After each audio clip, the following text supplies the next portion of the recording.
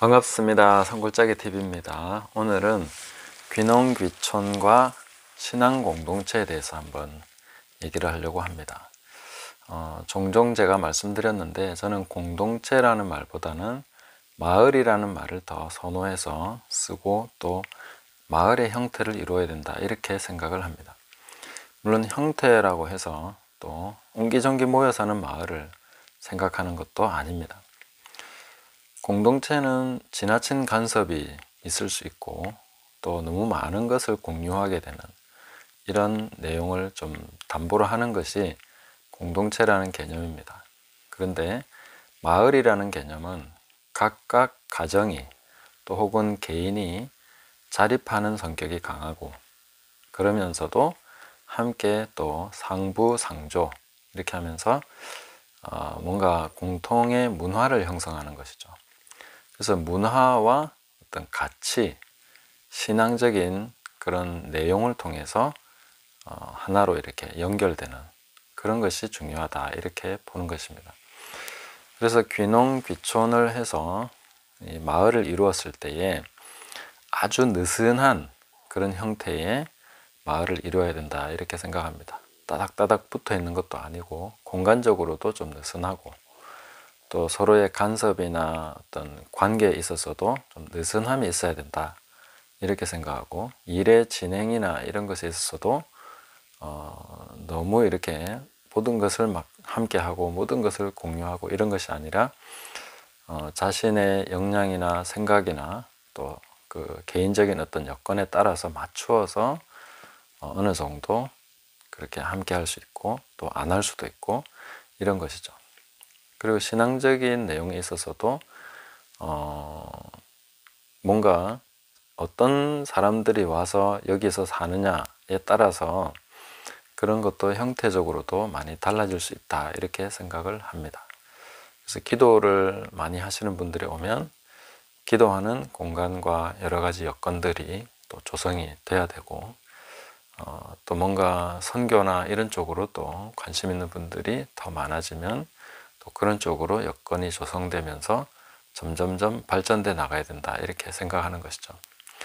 그래서 앞으로의 그 농촌 마을과 교회는 이 가치를 지향하는 비슷한 가치, 똑같지는 않더라도 방향이나 가치가 같은 분들이 그렇게 모여서 형성해가는 그런 마을들이 생겨나야 된다 이렇게 생각을 합니다.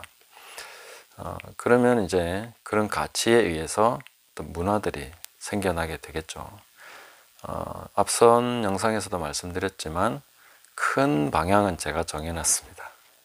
큰 방향은 제가 정해놨지만 아주 이 작은 이런 부분에 대해서 혹은 우리가 앞으로 어떤 뭔가를 조직해가고 형성해가는 이런 과정에 있어서는 거의 정해진 것이 없습니다.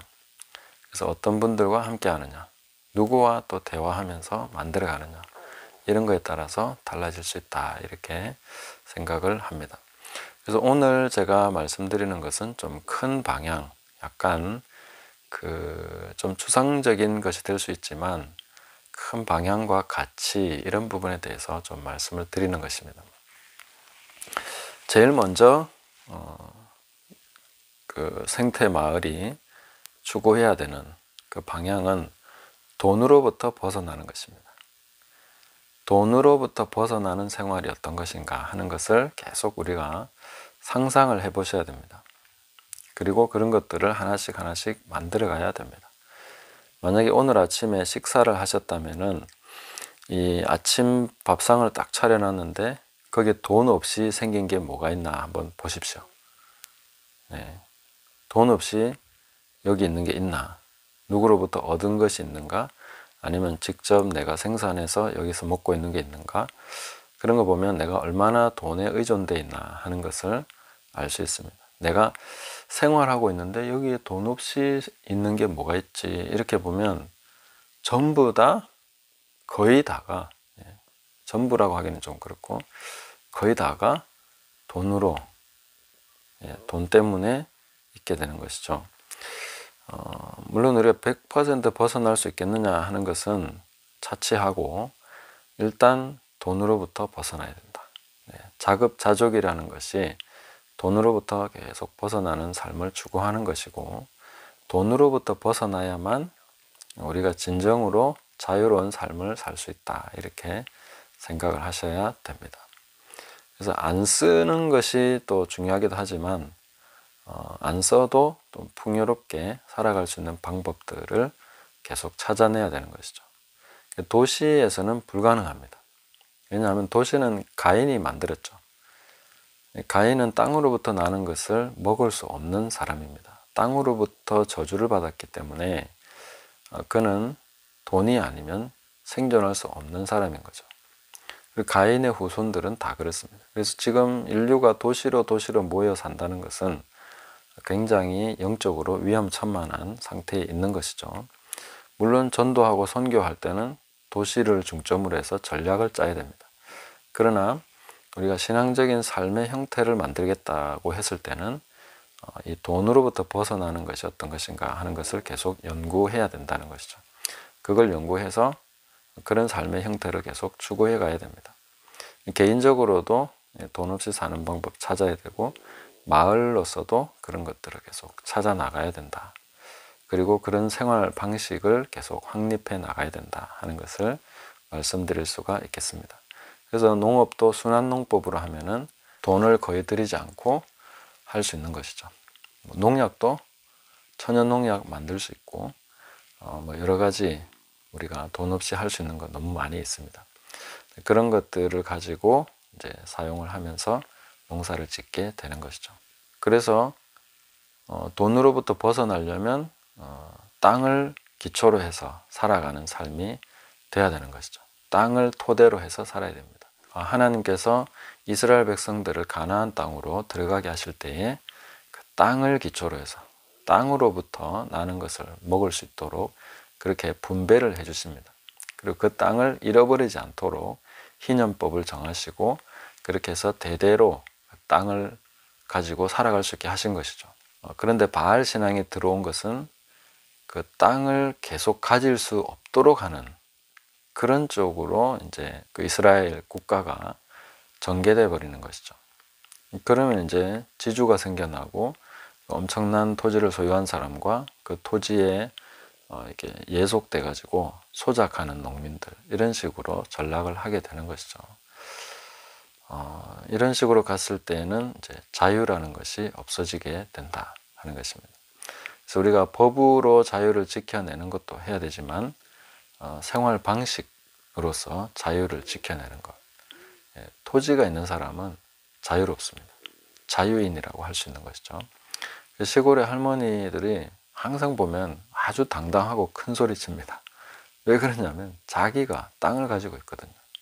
자기가 농사 짓고 먹고 살거든요. 그러니까 큰 소리 치는 겁니다. 정말 비굴해지지 않습니다. 땅을 가지고 있으면 그렇다. 땅으로부터 나는 것을 먹을 수 있으면 뭐 세계적인 공황이 오든, 콜라 한 잔에 100만 원을 하든, 무 한 뿌리에 1000만 원을 하든, 자기 땅으로 나는 것을 먹을 수 있으면 다 돈 없이, 그거와 아무 상관없이 살아갈 수 있는 그런 형태를 만들 수 있다 하는 것입니다. 두 번째로 신앙적인 형태에서 보면 이 교회 건물로부터 벗어나야 된다. 건물 중심의 교회로부터 완전히 벗어나야 된다는 것입니다.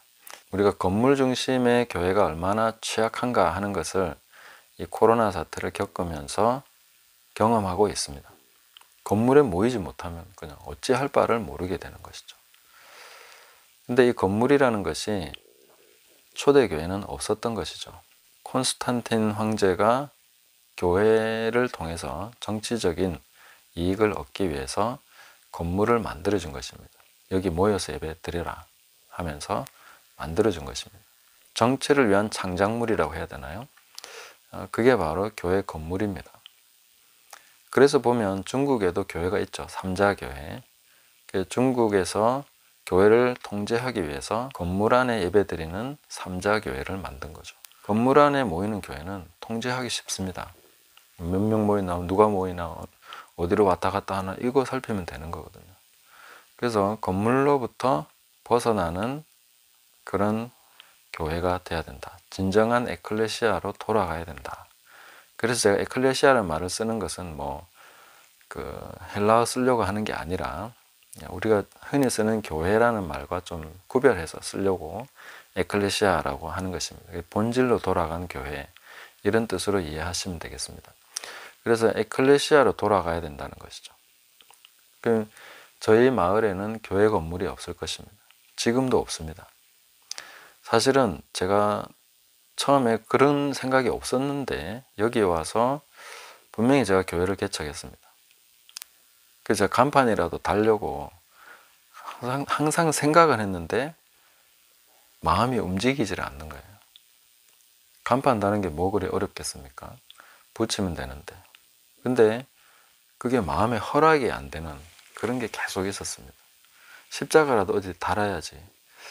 그렇게 생각하고 했는데 그게 마음에 허락이 안 됐습니다. 물론 이제 제가 예배 드리는 거기는 보면 이제 십자가가 있는데 교회가 왜 십자가가 없느냐 그래서 그런 걸 안타까워 하신 분이 직접 보내주셔가지고 제가 달아놨습니다. 예, 그러나 건물 바깥에는 없습니다. 앞으로도 없을 것입니다. 교회를 그런 표시로서 만드는 것이 아니라 완전히 지하교회로 만들어져야 되는 것이죠. 조직의 형태도 지하교회로 그렇게 돼야 됩니다. 물론 지도자도 있고 뭐 가르치는 분도 있고 그렇게 하겠지만 건물로부터 완전히 벗어나는 교회가 돼야 된다. 그러나 이제 기도하는 분들이 모여서 기도할 처소도 있어야 되고 뭐 여러 가지 또 다용도의 공간은 있어야 되기 때문에 앞으로 건축을 할 계획을 가지고 있고 그 건축은 이제 교회 예배당이 아니라 복합 건물입니다. 센터를 지어서 물론 예배로서도 활용을 하고 생태마을 연구소로도 쓰고 뭐 옥토학교 아이들이 또 함께 쓰는 공간도 되고 마을에서 또 함께 활용하기도 하고 뭐 베이비 카페를 한다고 해서 또 베이비 카페도 하고 그리고 손님들이 와서 며칠 묵어갈 수 있고 하는 그런 게스트하우스의 역할 또 다양한 뭐 전시 공간 이런 것도 활용할 수 있을 것 같고요. 뭐 그런 식으로 이제 건물을 지으려고 하고 있습니다.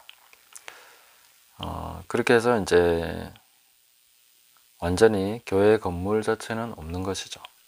자, 그리고 이제 마지막으로는 국가와 문명으로부터 벗어나야 된다. 물론 돈으로부터 벗어나면 거의 다 벗어난 것이라고 할 수 있는데 계시록의 짐승은 국가입니다.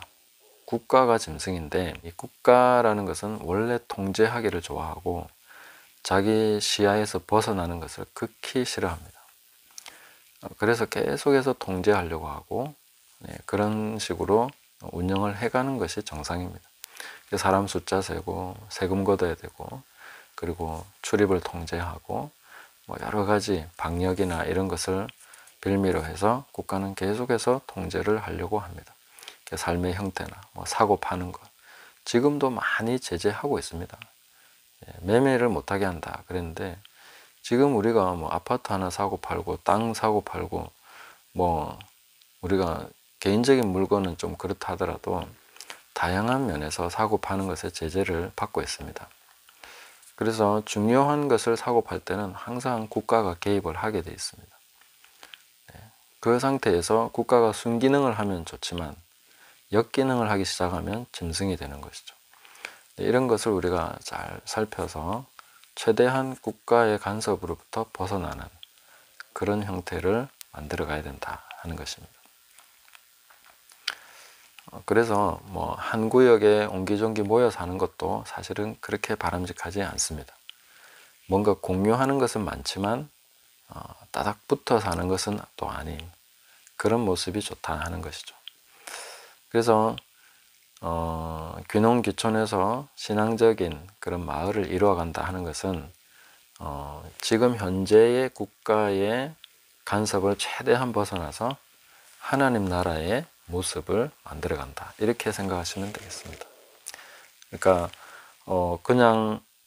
그냥 국가의 통제로부터 벗어나는 것만이 목표가 아니라 성경이 말해주고 있는 그런 바람직한 삶의 형태가 있지 않습니까?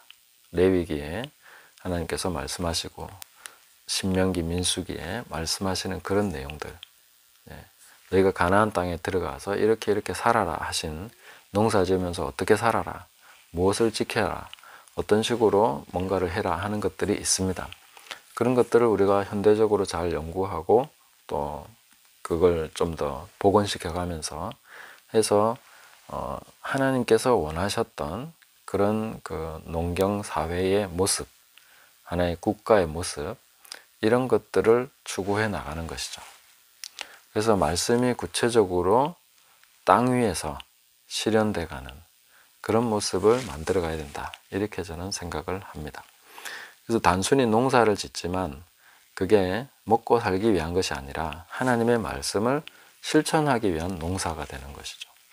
어떻게 하면 하나님 말씀대로 우리가 살아갈 것인가 하는 그 고민하는 과정 속에서 나오는 농사, 그리고 그런 것들이 하나로 쭉 이렇게 만들어졌을 때에 생태 마을의 형태로 그 주거 형태, 그러니까 건물도 그런 식으로 만들어지고 생산하는 방식도 그렇고 사람들의 관계하는 방식, 살아가는 어떤 삶의 문화도 그런 식으로 다 만들어졌을 때 그게 바로 예수님 말씀하신 산 위에 있는 동네가 숨겨지지 못할 것이다. 그것이 바로 너희가 세상의 빛이다 라고 하신 모습이 되는 것이다. 이렇게 저는 생각을 합니다. 그래서 이런 마을이 만들어져야 된다. 좀 추상적이지만 앞으로 그 농촌에서 신앙을 중심으로 한 마을이 어떻게 만들어져야 되는가 하는 것을 좀 간단하게 말씀을 드렸습니다. 상당히 추상적이기 때문에 구체적인 질문을 해주시면 제가 좀 더 구체적으로 풀어서 말씀을 드릴 수가 있을 것 같습니다. 오늘은 여기까지 하겠습니다. 감사합니다.